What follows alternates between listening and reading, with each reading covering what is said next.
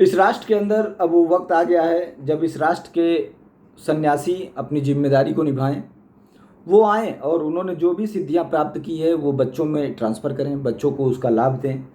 क्योंकि वो कोई भी सिद्धि प्राप्त कर लें, किसी भी तरीके से वो अकेले में किसी भी तरीके के श्वास पे सिद्धि प्राप्त कर लें, या प्राणायाम में सिद्धि प्राप्त कर लें, या योग में सिद्धि प्राप्त कर लें, जब तक वो उस सिद्धि से इस समाज की सेवा नहीं करेंगे, इस समाज में उत्पन्न हुए जीवों की सेवा नहीं करेंगे, तब तक परमेश्वर के उस वरदान का अर्थ क्या रह जाएगा।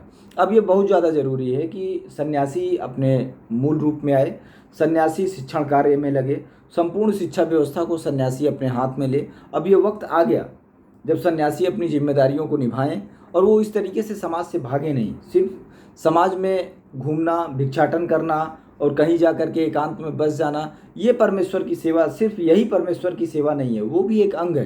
पर उससे जो सिद्धियां प्राप्त होती हैं, वो अगर आपने उन सिद्धियों को अपने आने वाली पीढ़ियों में ट्रांसफ़र नहीं किया, इस समाज की आने वाली पीढ़ियों में ट्रांसफ़र नहीं किया, तो उस चीज़ का क्या अर्थ रह जाएगा। आप स्वयं से इस बात पर चिंतन करें। अब जरूरी है कि सन्यासीगण भी इस बात को लेकर के सभा बुलाएं और चिंतन करें, क्योंकि बहुत सारे आध्यात्मिक लोग, बहुत सारे शिक्षक लोग, क्योंकि सन्यासियों के हाथ में ये व्यवस्था क्यों रहनी चाहिए, सबसे बड़ी बात ये है क्योंकि सन्यासी समाज के लिए संपूर्ण रूप से समर्पित है। इम्प्लाई एक बार गड़बड़ कर सकता है, राजनीतिक दल भी एक बार गड़बड़ कर सकते हैं, लोगों के समूह भी एक बार गड़बड़ कर सकते हैं, पर वो सन्यासी जिसने अपने को समाज को समर्पित कर दिया है वो कभी गड़बड़ नहीं करेगा, ये निश्चित है। इस धरती पे पैदा हुआ इंसान तो कभी गड़बड़ नहीं करेगा।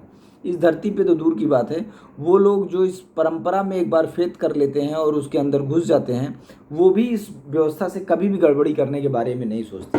देखिए, ये बहुत ज़्यादा ज़रूरी हो गया है कि सन्यासी अपनी जिम्मेदारियों को निभाएं, निभाते हुए वो शिक्षण व्यवस्था को अपने हाथ में लें, शिक्षा को अनुसंधात्मक क्षेत्र में ले जाएं, जिससे इस देश के अंदर विकास आए। जब तक शिक्षा व्यवस्था सन्यासियों के हाथ में थी, ऐसे लोगों के हाथ में थी जो शिक्षा को समर्पित थे, तभी तक ये राष्ट्र स्वर्णिम युग माना जाता था।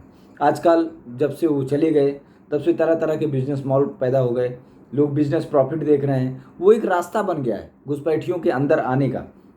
अभी आप दुनिया भर की बातें सुनेंगे, अगर आप देखेंगे तो, अगर इतिहास के कालखंड को देखेंगे तो साइमन कमीशन आने से पहले इस देश के अंदर जन्मना जातियों का कोई वर्णन नहीं मिलता है। जन्मना जातियां इस देश के अंदर थी भी नहीं। साइमन कमीशन के माध्यम से इस देश के अंदर जन्मना जातियों को स्थापित किया गया। उसी के विरोध में लाला लाजपत राय की जान चली गई, और उसके बाद जिस तरीके से लाला लाजपत राय की हत्या अंग्रेज़ों ने की, उसका भी हिसाब किताब हुआ, पर जो वो चाहते थे वो नहीं हुआ। आखिर समझ में नहीं आता, वो हजारों क्रांतिकारी, लाखों क्रांतिकारी जिन्होंने अपने जानों को दांव पे लगा दिया, जिन्होंने अपने प्राण की आहुति दे दी इस भारत माता के लिए। ये धरती हमारी माँ है, हम इसको माँ बुलाते हैं, हम ये विश्वास रखते हैं, क्योंकि ये हमको संपूर्ण रूप से पालन करती है, हमारे जीवन का पालन करती है, हमारी सभ्यता का पालन करती है, हमारे वजूद की रक्षा करती है, हमें स्वयं को एक वजूद देती है, इसीलिए हम इसको माँ बोलते हैं।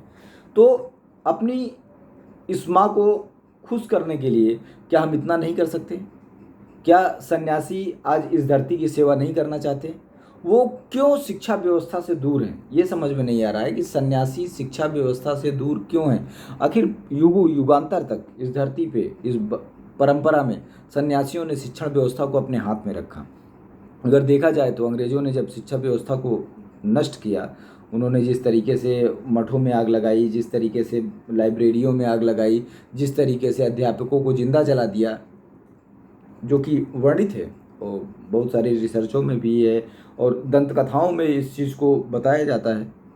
हमारे पूर्वज भी बताते रहे कि किस तरीके से गुरुकुलों को समाप्त किया गया, गुरुकुलों को समाप्त करने के लिए किस तरीके से गुरुकुलों की बुकों को जलाया गया, किस तरीके से वो शिक्षक जो इनकी बात नहीं माने गुरुकुलों को, उनको कमरों में बंद करके जला दिया गया। इस बात का कोई जिक्र भी नहीं करता। क्यों नहीं करता, हमारे समझ में नहीं आ रहा है। प्रॉफिट क्या है आखिर? एजुकेशन में गवर्नमेंट किस तरीके का प्रॉफिट देना चाहती है? एजुकेशन को पूरी तरीके से सरकार के अधीन चलाना चाहिए। एजुकेशन को पूरी तरीके से अगर सरकार नहीं चला पा रही तो इसको सन्यासियों को अपने अधीन चलाना चाहिए। वो वक्त आ गया जब सन्यासी इस बात को साबित करें।